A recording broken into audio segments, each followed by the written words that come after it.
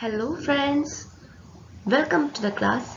So today we are going to learn about a very interesting and a very simple topic, which is about a fishing gear which is known as the gill net. So how many of you know about the gill net? Have you seen about this type of a fishing gear?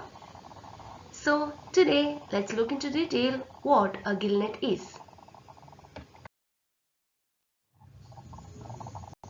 So gill nets are widely used both in marine as well as inland waters throughout the world, and this is a highly selective fishing gear and the fishes are caught by gilling.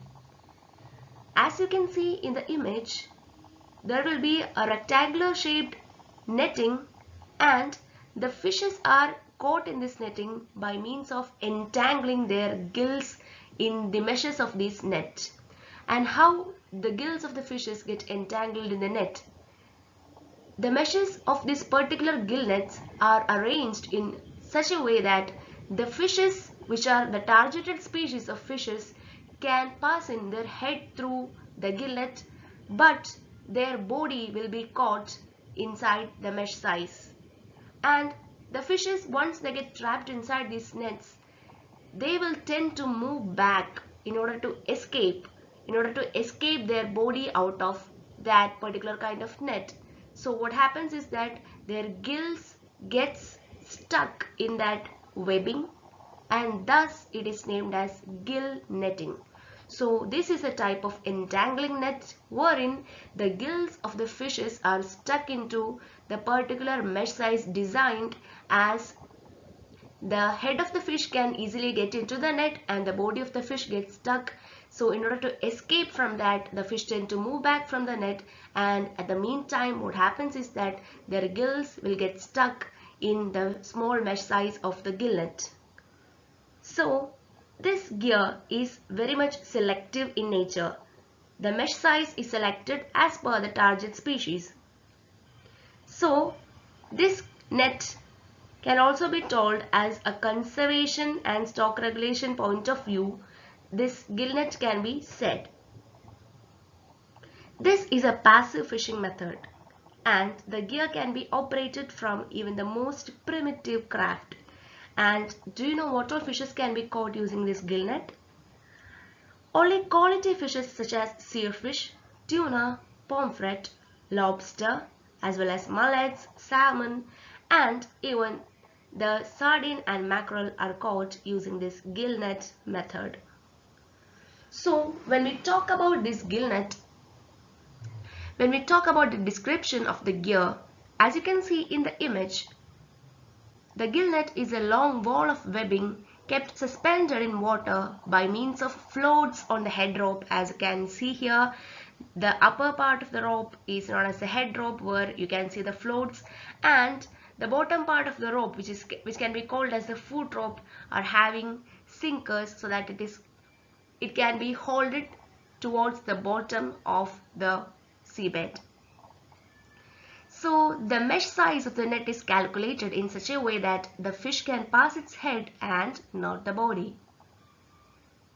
Several pieces of webbings are laid together prior to operation by means of a brace line. And here you can see an anchor is used to fix in the nets to the bottom of the water, as well as anchor buoys will be placed so that you can see them on the surface of the water. So gill nets are of different type. What you see here is a set kind of gill net which is submerged into the water and which is fixed onto the water bed using the means of an anchor. And likewise there are different kinds of. This is a very much clear image, a colorful image of a gill net. So as we told, there are different kinds of gill net. The first one is the trammel net. Trammel nets are those nets which consist of 3 layers of webbing. As we saw in the previous slide, we just saw what there was only a single piece of webbing, but in the trammel net there will be 3 layers of webbing, and the outer layers, the 2 outer layers, can be called as the armors. That will be made up of larger mesh sizes and thicker twine.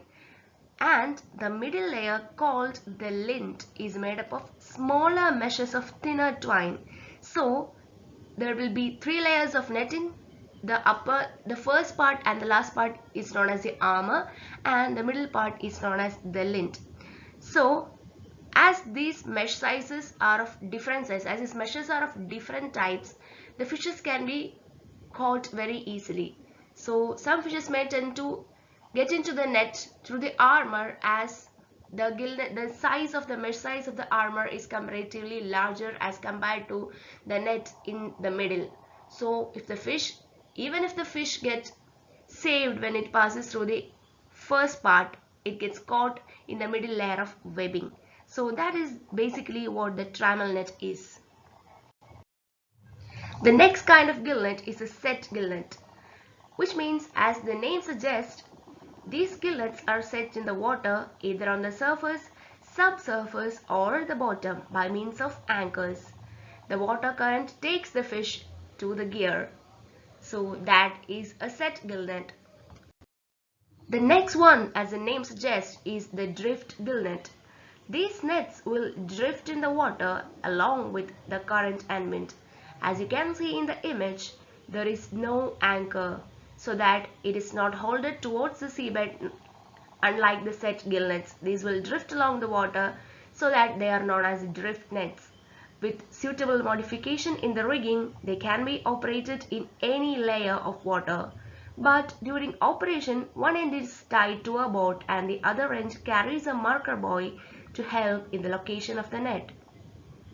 And as we come to the last part of the video, the last type of gill net is the encircling gill net. So as you can see in the image, it surrounds like an encircling one, which means the encircling gill nets surround an area and the fishes are frightened to the net by some means.